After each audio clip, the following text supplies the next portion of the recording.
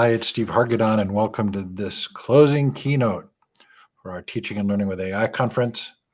I hope you've had a good day, and I hope that if you missed some sessions that you cared about, that you will be able to watch the recordings, which will be posted next week. This event is with support from futureofai.org. It's a sort of a new project to look at AI for libraries and education, and kind of following the footsteps of the Future of Education program I did some years ago. And I'm going to bring us back. Okay, so I want to start with what we might call the basic paradox of education.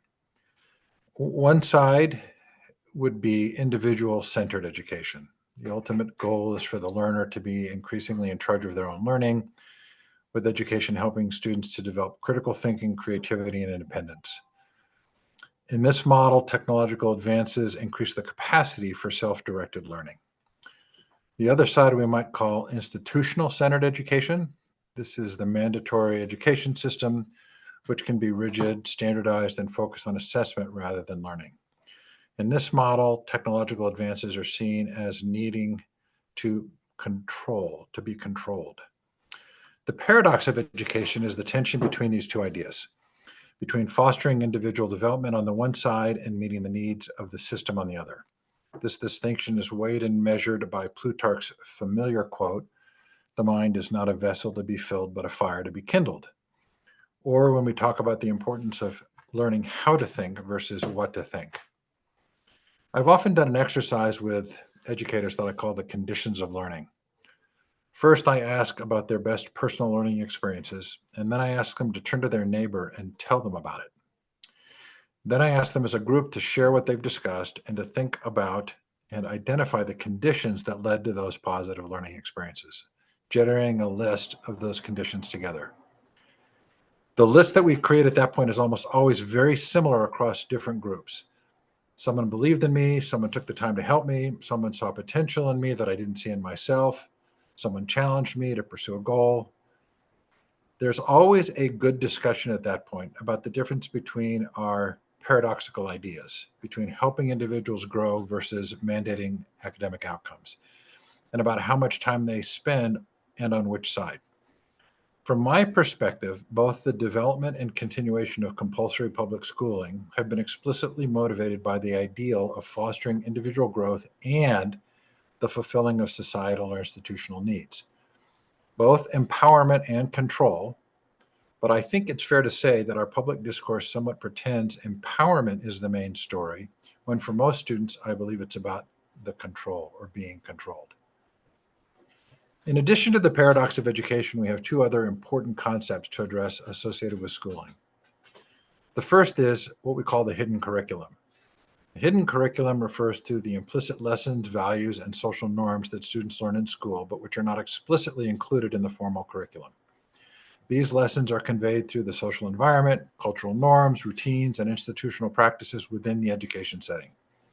The hidden curriculum can include unspoken expectations about beliefs and behavior, including conformity, obedience, punctuality, and competition, as well as an understanding of authority and hierarchy and how to act and interact with peers and authority figures, and understanding one's place in society. This is closely related to a second important idea, what Plato called in his views on education, the noble lie. The noble lie is the idea that certain myths or stories should be told to the citizens of the ideal society in order to maintain social harmony and promote the common good. According to Plato, the noble lie is a necessary component of his proposed education system, as it helps to ensure that individuals are motivated to fulfill their roles and responsibilities within society.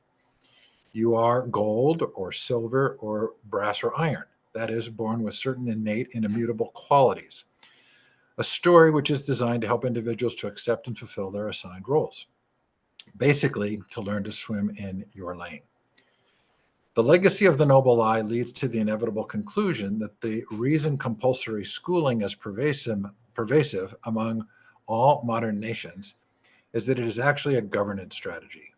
Compulsory education with this messaging is not conducive to healthy individual growth, but we see it as necessary to maintain social order. This is why the natural act of parents teaching their own children in homeschooling is actually illegal in many countries. For our purposes today, I think the most interesting aspect of the paradox of education is the degree to which we don't really talk about it. Again, we use the language of enlightenment, but mostly practice compliance and control. If you subscribe to some modern theories about the evolution of intelligence, you probably recognize that we largely use stories and not logic to make sense of the world, and that most of the stories we tell aren't actually true or the full truth. In this view, evolution doesn't select for truth, but for survival. As the great bulk of our evolutionary past took place before the scientific revolutions that have shaped our modern lives. In a quote that seems particularly relevant today, E.O. Wilson said, "The real problem of humanity is we have Paleolithic emotions, medieval institutions, and godlike technologies."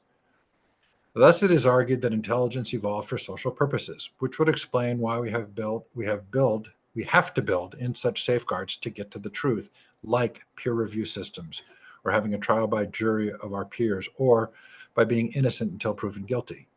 So in the same way that it is argued that banks actually operate more to make a profit than to help individuals save and manage their money, their story and that profit and power are often actual drivers of most commercial and political endeavors rather than their lofty social messaging. It's probably no surprise that we describe schooling in the language of individual enlightenment and growth then, when it's not the actual experience for most students. Some years ago, when I was doing my Future of Education interview series, I started asking people, what people that I've heard referred to as regular people, like wait staff or haircutters or retail clerks, about their experiences with school. And I found that they would actually start to cry when I passed their natural defenses and normal surface level responses. They would almost inevitably tell me, "I wasn't one of the smart ones," or "I wasn't good at math." I think this is because for a good percentage of students, school does the opposite of what we say it does. Or put another way, that the thing that school did best for these students was to teach them that they weren't good learners. I gave a keynote address on this at a statewide education conference. And after I spoke, I sat down at the speaker table next to the state superintendent of education. "What did you think of my talk?" I asked. He said, "Well, no matter what you say, the top 10% of students will always rise to the top." There's that noble lie again. But I think he honestly believed it. So for that top 10%, as I later discovered while doing a series of interviews with students, school is a game that they are very aware of that involves grades and certain teachers and classes and class rankings and college admissions. But it's not like there aren't negative consequences to their psyches from this game. Imposter syndrome, broken self-esteem, and sometimes even suicide. And in truth, I think that we would admit that these top students aren't usually becoming scholars or deep thinkers, but mostly are just getting trained for and accustomed to being the smart ones, being the ones that succeed in the system and who have learned that their success often comes with a requirement to live within the Overton window, where nonconformity can lead to loss of privileges. Updating a famous Sinclair Lewis quote, "It is difficult to get a person to understand something when their salary depends on their not understanding it." Much of our modern history can be explained by the difficulty of thinking independently when being rewarded for not doing so. The sad part is that while the kids who are winning the game usually know it's a game, the kids who aren't winning don't know that it's a game. They think that it's just proof of their being made of brass or iron. So there's an interesting cycle that occurs when a new technology appears ready to impact education. I suggest that there's a predictable cycle of this impact. I joined the party, the educational technology party, in the early 2000s when the new technologies were open source software, open content, social media, and Web 2.0. I had interviewed Mark Andreessen and Gina Bianchini for my interview series, and they had just started something called Ning.com. I also collaborated with Adam Fry, who founded Wikispaces. I'd help them both promote their platforms and ended up working for Ning for some time. Those were heady days on conferences at the annual ISTE conference, thinking we were going to reinvent education.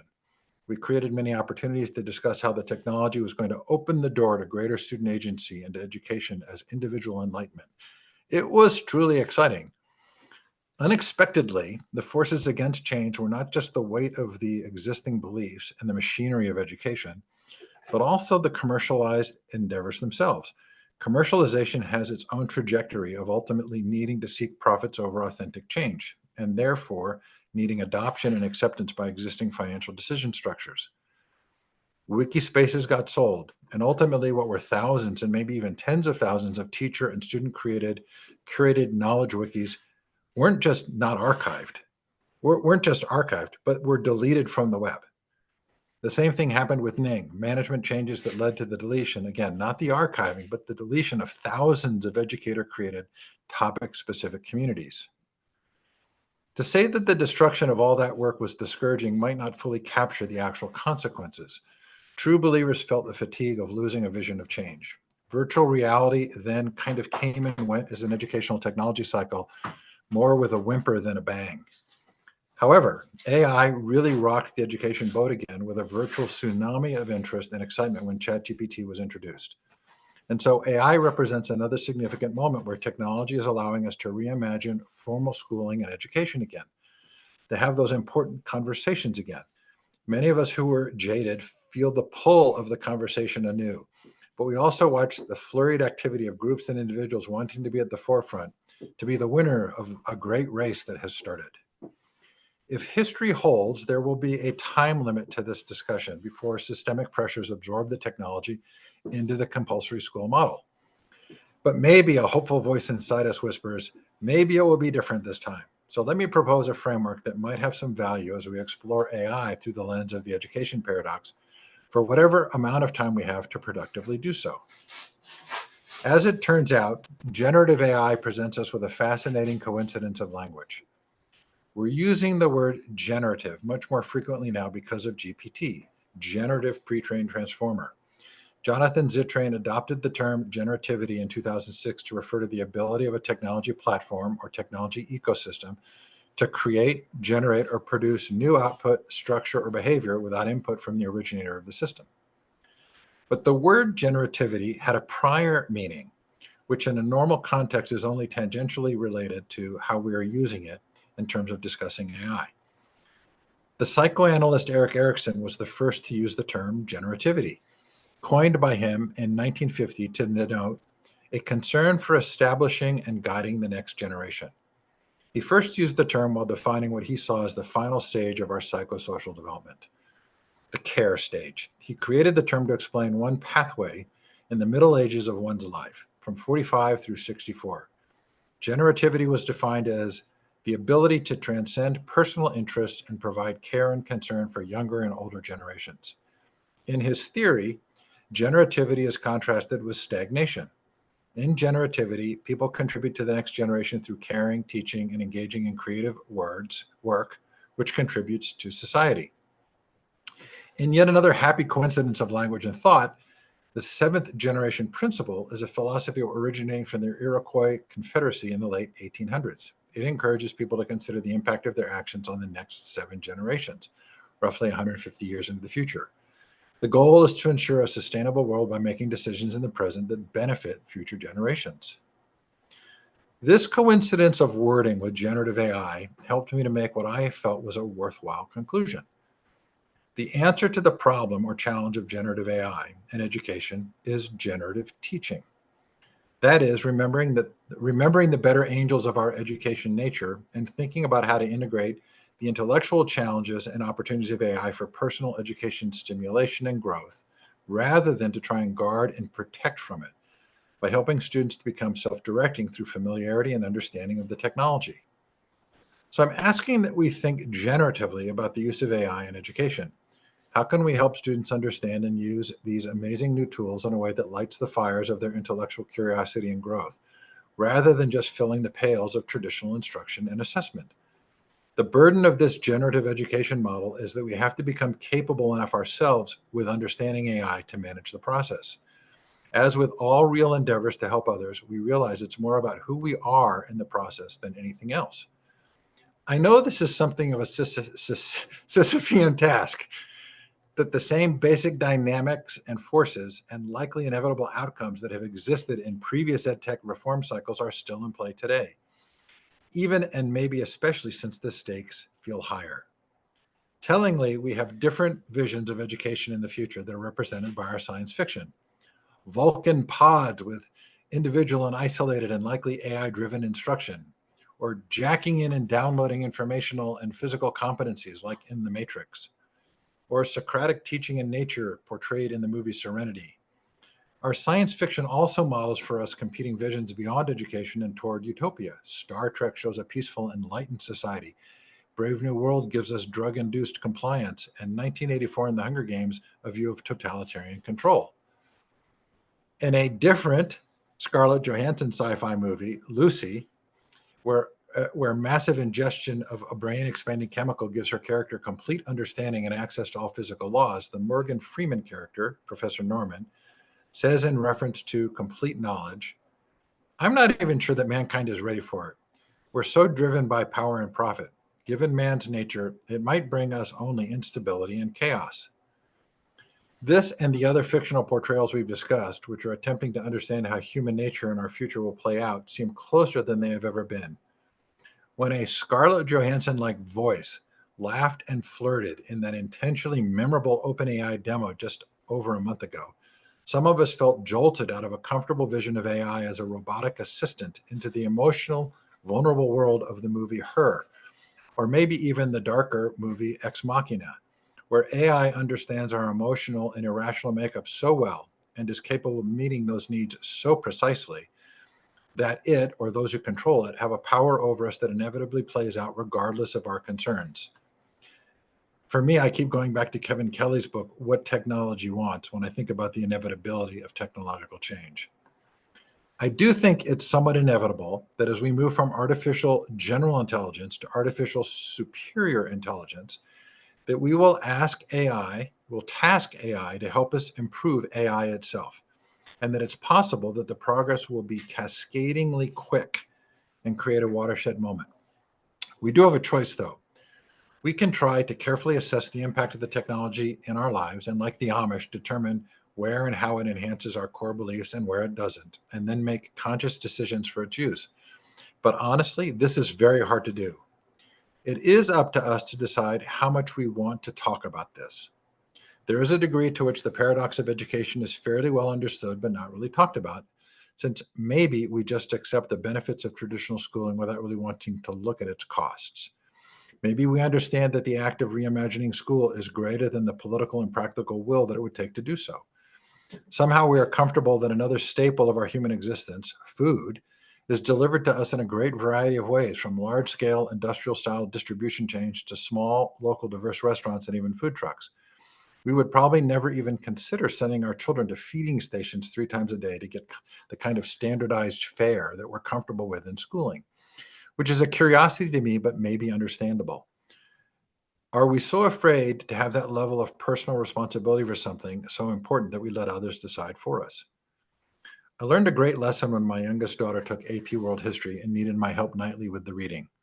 I was shocked to find how obvious it was to me as an adult reading that massive textbook that the history of the world is primarily a history of power and control. And even though we tell different secondary stories to ourselves, a few years back, I read a book called The Elephant in the Brain. Although I didn't agree with many of the conclusions of the book, I did leave with an understanding that almost all of our social narratives around institutions are stories that we're comfortable with, but which aren't actually the truth. I say this sincerely. I think one of the great dilemmas of our post-internet and now early AI epoch is that I'm not really sure we're actually ready to handle the truth. Right now, large language models are like us, language more than logic. However, very smart people are working hard on AI's ability to reason.